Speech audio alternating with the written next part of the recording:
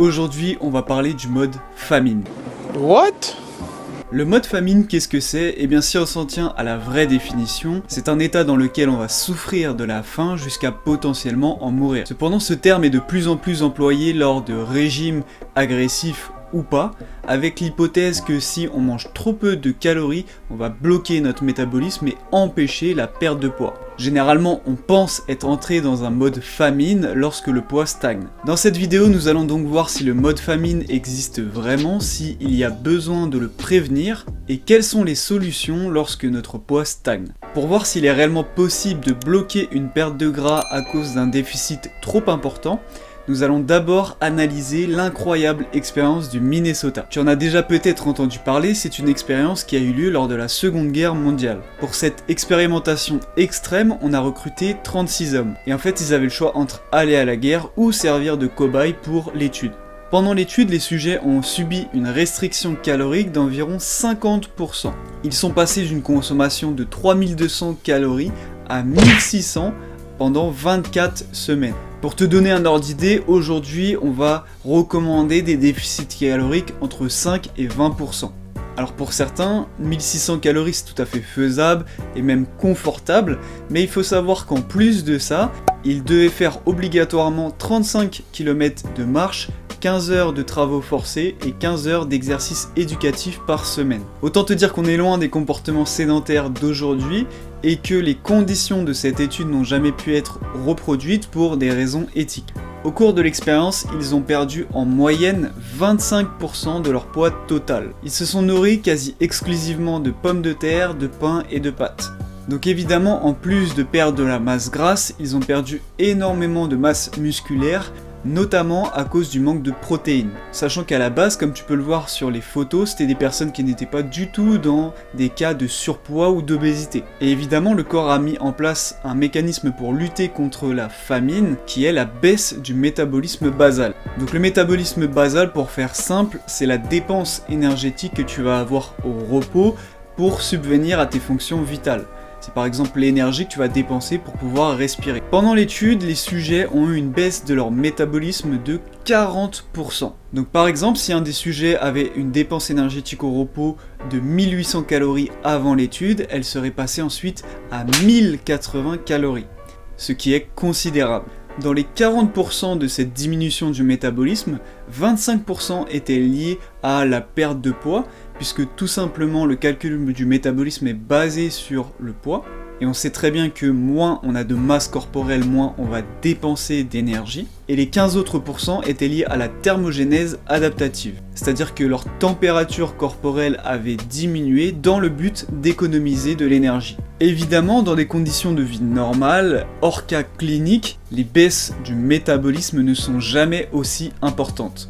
D'ailleurs, certaines études concluent même que les adaptations métaboliques ne sont jamais disproportionnées même lors de régimes agressifs et que cela n'a pas d'influence sur la reprise du poids. Les adaptations métaboliques, elles vont dépendre du poids total perdu et tout ça va rapidement revenir à la normale lorsqu'on va revenir à la maintenance calorique. Dans une autre étude, un patient obèse accompagné par une équipe médicale a jeûné pendant plus de 1 an. On lui donnait simplement des suppléments en vitamines et minéraux. Résultat, il est passé de 200 à 80 kg et donc 120 kg de perdu. Alors je te parle pas de ces études extrêmes pour que tu fasses la même chose, surtout pas.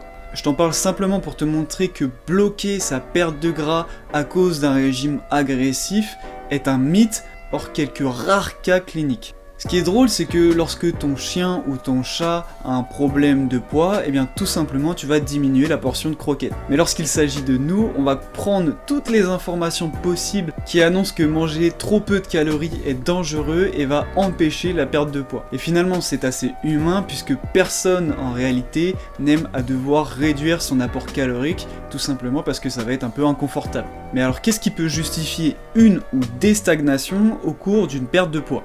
L'une des théories les plus probables est sûrement la diminution de notre activité physique spontanée, Non-Exercise Activity Thermogenesis, qui va regrouper l'ensemble des mouvements qu'on va faire pendant la journée, qui vont entraîner une petite dépense énergétique. Avec la restriction calorique, on peut observer des comportements sur l'ensemble de la journée qui vont devenir beaucoup plus sédentaires. On va avoir tendance à moins bouger, à moins se lever et à rester beaucoup plus dans des positions de repos. Et cette diminution du NEAT va entraîner une diminution de la dépense énergétique journalière qui va elle-même entraîner une diminution du déficit calorique. L'autre piste probable est sûrement le manque d'éducation aux valeurs énergétiques. Je dis souvent qu'on a tendance à surestimer nos dépenses et sous-estimer nos apports caloriques, et ça se confirme dans les études. Dans une étude menée chez des femmes en 2005, l'apport calorique recueilli sur 7 jours a révélé que les femmes sous-estimaient leur apport calorique réel de 37%, ce qui est énorme. Alors il est probable que la plupart des fois où tu vas stagner, c'est dû tout simplement à un mauvais calcul. Et puis évidemment, il y a la rigueur que tu vas mettre dans l'application de ton déficit calorique. Si tu as des événements avec la famille ou des amis le week-end et que tu vas manger beaucoup plus de calories, tu auras beau faire attention toute la semaine, ça peut quand même nuire à tes résultats et entraîner une stagnation de ton poids. Quelles sont alors les solutions pour pouvoir surmonter les phases de stagnation? Alors avant tout, je t'invite plutôt à voir ces phases de stagnation comme des phases de stabilisation. Stabiliser un poids à plusieurs étapes avant d'atteindre le poids final peut avoir de forts bénéfices. J'ai récemment fait une vidéo sur le sujet en parlant des diet breaks, des pauses dans la restriction calorique. Je te mets la vidéo juste ici si tu veux aller la voir. L'idée si tu stagnes, c'est peut-être de faire une pause d'1 ou 2 semaines et puis de repartir sur un déficit un peu plus important. Et c'est là la deuxième solution. Si tu stagnes, diminue ton apport calorique. Peut-être que tes calculs n'ont pas été bons et que finalement tu es à la maintenance, peut-être aussi que ton activité physique spontanée a diminué et donc il t'est nécessaire de faire un déficit calorique plus important pour pouvoir perdre de la masse grasse. Ce que je te conseille également, c'est de contrôler ta dépense énergétique. Lors de mes suivis, je contrôle toujours le volume d'entraînement par semaine et le nombre de pas moyens pour prévenir d'éventuelles diminutions de cette dépense énergétique. Alors si tout ça te paraît un peu compliqué et que tu n'as pas le temps de créer une stratégie optimale pour pouvoir favoriser la perte de masse grasse, je t'invite vraiment à te faire accompagner par un professionnel compétent. Ça te fera une source de stress en moins et tu vas faire ta perte de poids dans de bonnes conditions. Tu l'auras compris, le fameux mode famine que tu peux entendre un petit peu partout est finalement un mythe, et ce n'est pas parce que tu vas diminuer ton apport calorique de manière agressive que tu vas bloquer ta perte de poids. J'espère que cette vidéo t'a plu, si c'est le cas n'hésite pas à mettre un pouce bleu et à la partager à tes amis.